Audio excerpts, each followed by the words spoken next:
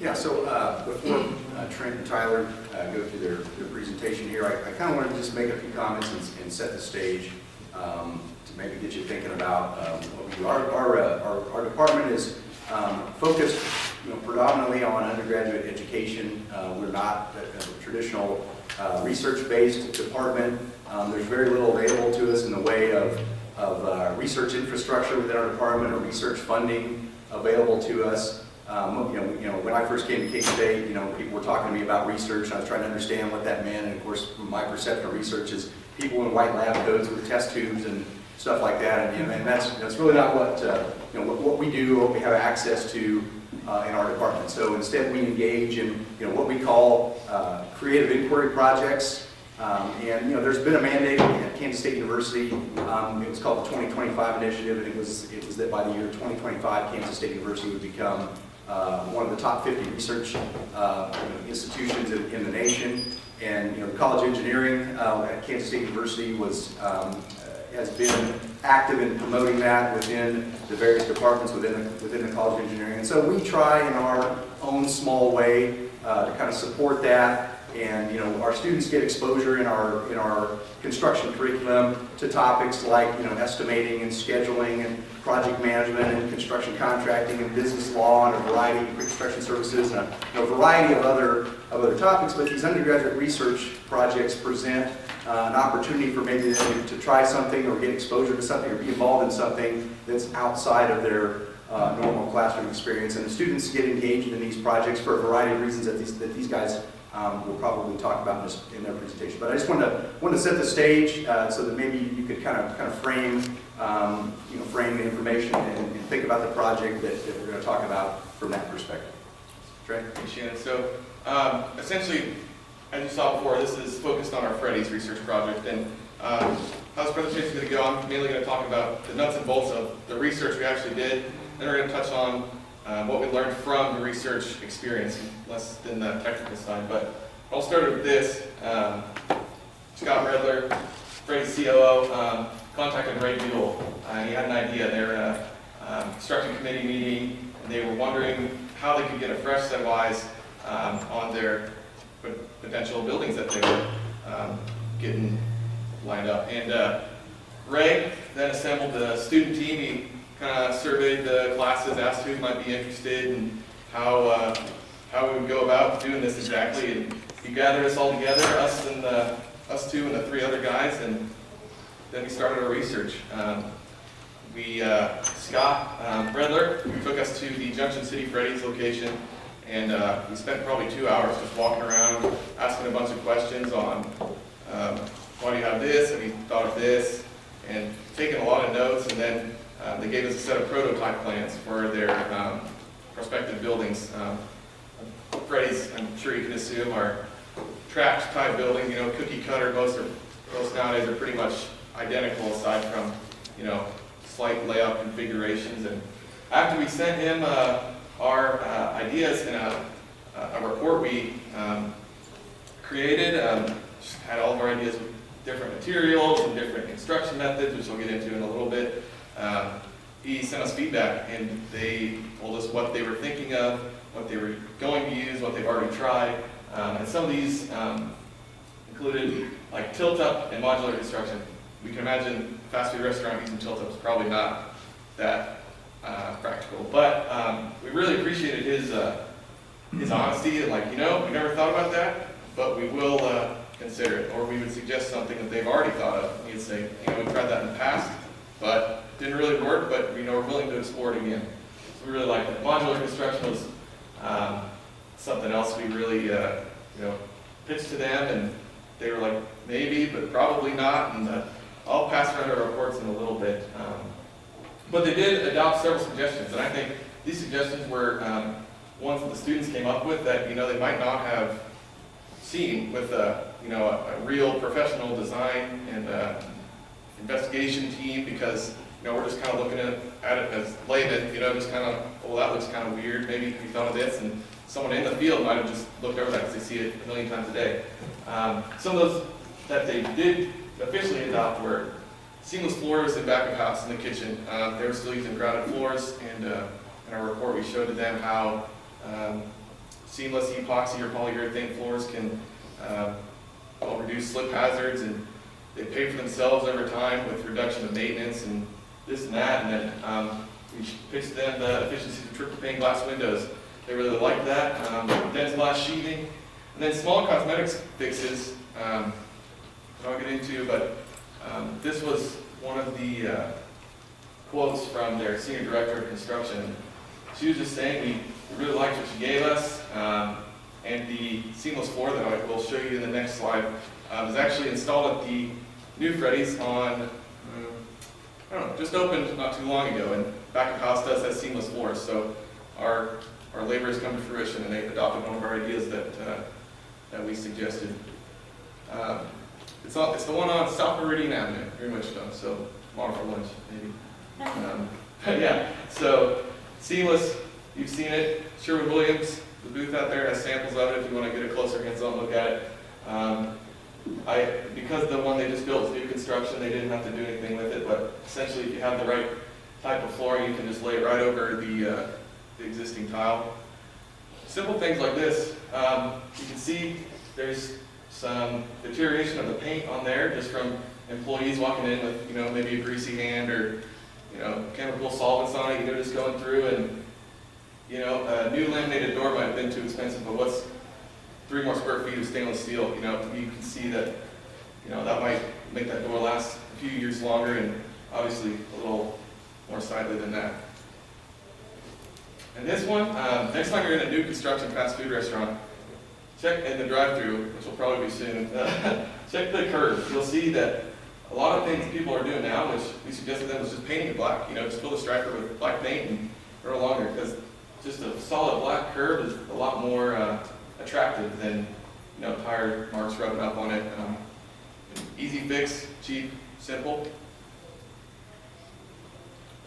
We did a few different things with reports. The first one I'll pass around to you guys is a 22-page report that we did all our findings and sent off to the Freddy's team that we were working with. And it had all the stuff that we thought was a possible option, which, like he stated, review them. We're going to dig into deeper. And then another thing that we did was we put together a paper for ASC, Associated Schools of Construction, that professors helped us out a lot on, and it was kind of their lead on that. And we're hoping to get that published. It's going through peer review right now, so good possibilities there. Yeah, if you want to touch on that, their report or paper is different than ours. Essentially, they focused on the experience of the research rather than the actual technical aspects of it. So. Yeah, so for the academic paper, we kind of took it from a different approach of describing the process, so that if another university wanted to take on this similar type of experience, and kind of have a guideline of how we went about organizing the work structure that our students used, and how we established goals and progress points throughout the project. This took we started in early February and finished up in late April, so we spent 2 or 3 months working on this. Students did this all outside of class, so this was something in addition to what their everyday coursework was, so there was somewhat of a time commitment involved in what they came up with. So, like she said, we did commit a lot of time to this, and what was the point of it for us? What did you take away? We had the opportunity. We always talk about value engineering in our classes for anything from hotels to wastewater, but we don't focus a lot on restaurants and small commercial hospitality, and that was nice to get eyes on that. Kind of an unexplored sector of the market that we don't really touch on too much, but we really looked into prefabrication, and because they're cookie cutter buildings, prefabrication was feasible, but depending on the market, where the availability of being able to prefab and then ship it off was something we're still exploring. Modularization we touched on. And you looked at the layouts they had. Like I said, they gave us prototype plans, basically a left-hand and a right-hand model. So they're the same, and we were saying, we don't know anything about, flow or efficiency of fast food, but, we can see, maybe a table here would be better instead of a wasted space, or maybe high tops here instead of something there. I mean, it's just good to try and think of things get out of your comfort zone a little bit, especially in something like this where you might use in the future.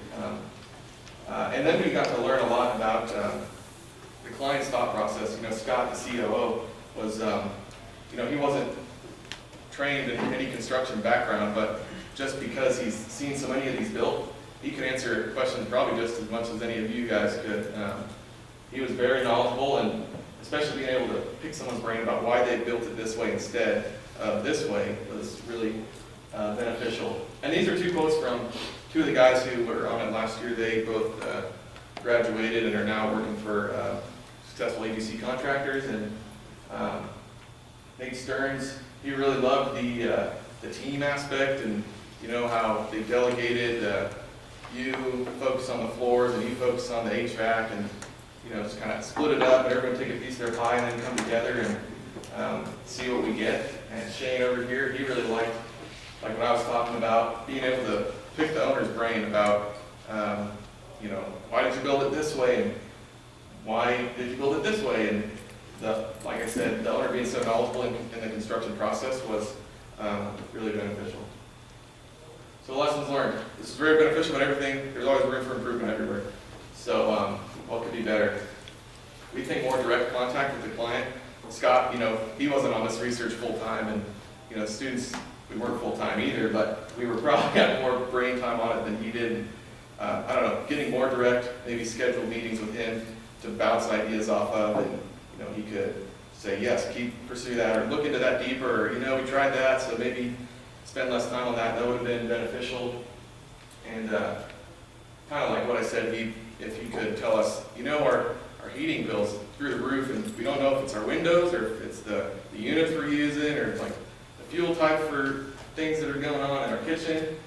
That would have been nice to really focus in and put things under a microscope. Would have been helpful as well. Let's see. More involvement from industry professionals. That's one thing I think would be awesome. Our faculty advisors were phenomenal, but if we could have, a superintendent or a PM who is in the field right now, who knows crew sizes that would take to, do this, or, well, it's not really a feasible option in this region, or, things like that would have been phenomenal. So keep your ears open. Maybe you can help us out someday. And like I touched on earlier, hospitality, especially, fast food, isn't something we deal with a ton at in our curriculum at K-State, but it's nice to get into some unfamiliar territory that we never seen before. And yeah, construction science, specifically, we're in the College of Engineering, but a lot of times our students don't have the same opportunity to do research projects like this as, say, mechanical engineers or electrical engineers. And I don't know, it's nice to have an opportunity presented to include us, give us the same foothold as the others to really kind of dig deeper in our field. So the reason why you're here, how can this benefit you guys? So many reasons, and hopefully from this you can already think of more than just these 5, but exposure to potential new hires. If you come to work for us and a PM's walking around with us, or a super, in direct email contact with us, and we're bouncing ideas of how you're going to get to know someone. It's almost like a mini internship, and you don't have to pay us. So, being able to, build a relationship before, and pitch your company at the same time they're learning the way your company works, is beneficial for both parties. I think building a relationship with the university, I know the construction industry is a very tight-knit community, like to give back to where you came from, a lot of big alumni support and loyalty in the construction area industry is, people always want to give back. Low cost and low risk. For students, we're not professionals, so that might seem like it's higher risk, but I think in a research setting like this, the risk is actually pretty minimal. And like I said before, it's free. And in the process of working with us, you'll see, hey, how are these 18 to 21-year-olds thinking? You might see the best way to build a building is X, Y, Z, and then a student might say, that's good, I agree with you, but maybe we can think about this way or explore this opportunity. Something you might not even thought of, but because of these new, young, fresh minds in and out the door, might give you ideas on how to pursue your own construction projects. Like I said before, just giving back, enhancing the educational experience of all the students in CNS or architectural engineering, not just those. I mean, there's opportunities in architecture, engineering, construction side business, even in marketing. The whole, I think you being inside of a research, project like this could be a whole, marketing pitch in itself about you getting back and trying to include students, and I see a great benefit from it. So how do you get involved? Well, first, I think you should get with your team, really brainstorm opportunities, what you think. Hey, Ray Buell, I think we could do this, and I think it might be great. We have this project coming down the pipeline. We think you could get some students' eyes on it. And then reach out to one of our 3 faculty advisors. And pitch it to them. Maybe they'll pitch it to us, and maybe you can be presented with us next year or in the following years. So with that, the second half of this should be a Q&A. So please give us questions, and hopefully we'll be able to answer them. Any questions? As students, what were your incentives to do this project? We had 3 different options. You could either get a professional elective, a 1 credit hour class for putting your time into it, or you could get a monetary value, an hourly wage for the time you put in. And then the third was, it was option we took, it was to pay for our trip to go to National Convention for AGC in New Orleans last year. And that's the same thing we did this year for this year's convention. So about how many hours a week did you spend on it?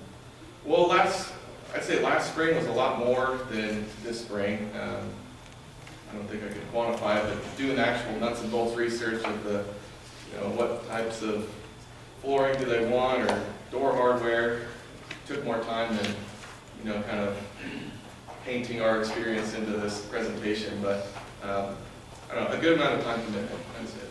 And we met somewhat weekly. Yeah. We skipped a few weeks, but we had a standing meeting where we all got together and touched bases on what we were talking about, where they were at, if they had questions. We tried to bounce some ideas off on that kind of stuff. Question? Yeah, I'll get one. So it looked like on your report there were 5 or 6 of you on the team, more or less. So do you guys have other projects similar to this for the rest of your students, or is this the one and only, or do you need more projects like this to get students involved with? So this was kind of a first for us as well. We do a lot of experiential projects with our students, but in terms of more research-based stuff, this was kind of new territory for us as well. And so it was a great experience for us. As Shannon said at the beginning, we are a teaching-focused department, and there was some concern if we start taking this on, is that going to become now an expectation that we have to do more and more and more of this, in which case it's going to take away from our teaching focus, which we really didn't want to do. But on the same token, we've always been doing similar type projects, and so it's just one more opportunity for us to involve students in things like this. And so really it was more for us rebranding the things that we were already doing, just kind of putting a different name on it. So now we call it research, even though it's really just more experiential type exercises for our students.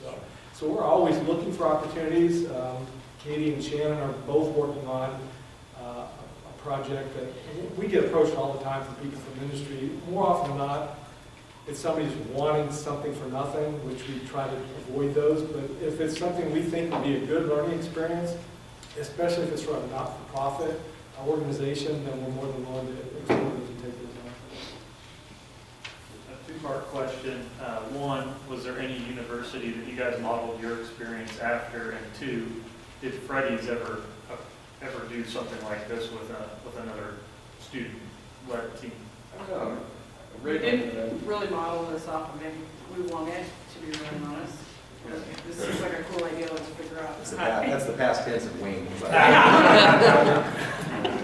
like, let's kind of just see where this goes. It was really, just some series of email conversations with Scott of what they really wanted, and we took it in directions maybe they didn't even intend us to, and they were okay with that. So it was pretty open. I don't think, Scott, they've done anything with any other university. I don't think they had done anything before. He approached me, quite honestly, it was kind of forward thinking on his part. He really wasn't looking this as a value engineering. He wasn't trying to build it cheaper. He said, we're willing to spend more money. If you can come up with a better way of doing something, you know, we will spend 3 times as much, but it's gonna last 10 times longer. That's the type of value we're looking to get out of it. And so, he didn't come in with any preconceived ideas. He said, just throw it at us, we'll see what sticks to the wall. If you come up with even one idea that we've never thought of before, then it was well worth it for us to have explored this.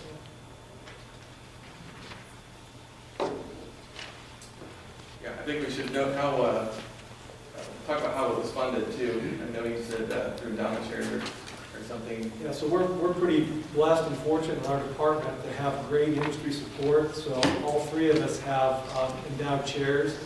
And I use funding from my endowed chair to underwrite the expense for the students who wanted to take that opportunity to pay for their trip to national convention, as well as the hourly wages of the students who decided, I'm not going to convention, but I'd like to just do it for money. So we were able to use that endowed chair funding to pay for the cost of this.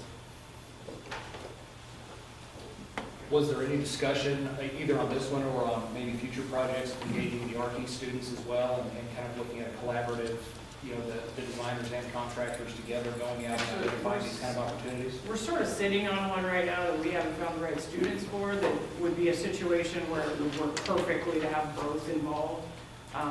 I mean, I think if there was a situation where we truly needed somebody from architecture or somebody from another part of the university, that we're more than willing to include people. The hardest part of this whole process is finding 4 or 5 students who want to commit to this, because it isn't beyond what they have to do in class. And so you have to find students that are willing to, that are interested in the topic and have the time and are willing to do it. And that combination is sometimes hard.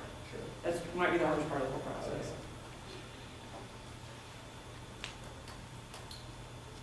Yeah. Do you think that, so most of the time when people hear the word research project, they think more technical skill, maybe kind of boring, just, you know, looking at numbers and stuff like that. But do you think that this project was beneficial for you to help develop like the soft skills, more like business type skills, working with clients and stuff like that? Yeah, I would say so. I mean, I would say our type of value engineering that we did, like Ray said, it wasn't really what can build a cheaper building, what can build a better building. So we reached out to reps of seamless floors and windows and sheathing and a bunch of stuff that we're probably going to do, you know, more full-time in industry, talking to sales reps and figuring out, well, your product, thank you, but it's not actually what I'm looking for. And the whole soft skills for sure, communicating with people who are in the industry, but not in construction, you know, they're manufacturers, suppliers, everything, and then dealing with an owner, you know. Granted, Scott in this was a pretty awesome owner who was very construction minded, but not all the owners who want buildings are that way. So soft skills were definitely a development just as much as technically looking at a building and how it was put together and how it can be put together more efficiently. So, I'll add to that, that they had to put together something they probably were uncomfortable putting together before this experience. It's probably the first report of this nature that any of them had ever done. It's sort of a half marketing brochure, half technical paper. They had to do all that writing and editing and photoshopping and all that stuff themselves, and then they had to listen to all of us critiquing how terrible it was in the first draft. So it was a good, like, a very good experience, I think, for them, and just learning what's really involved in putting together some document that it's gonna be public, and that you're not gonna be embarrassed about. You know, this is a thing we're gonna send to a client, so we need to make sure it looks really good and that we're presenting it in a way that they can understand. A couple of the drafts, you know, we're up here in a knowledge level that maybe the people reading it are not gonna understand what we're talking about. So we gotta rethink how we talk about things in our writing so that it fits the client we're talking to. And they probably never had to do that before we had this research project. yeah, and I think it's important to say, like, you know, like I said, Scott was very constructive minded, but we also had to think of if this was a different owner, you know, like, do most owners care about like soil toxicity? Probably not, but you know, they probably care about how long will my counter stay shiny. So when you're thinking of value engineering ideas, it was important to pitch ones that you know would be received well and also understood, but at the same time beneficial to the owner. So. you guys, besides the meetings you guys sat in on or the sidewalks, did you do a presentation similar to this for Scott or for Freddie's? No, the thing we sent to Scott was the report that got passed around, and I believe they shared that with their construction committee, as well as some of their officers or executives. So, yeah. Anything else? Well, I guess that's it. All right, if there are no other questions, everybody, let's thank them, Trent, Tyler.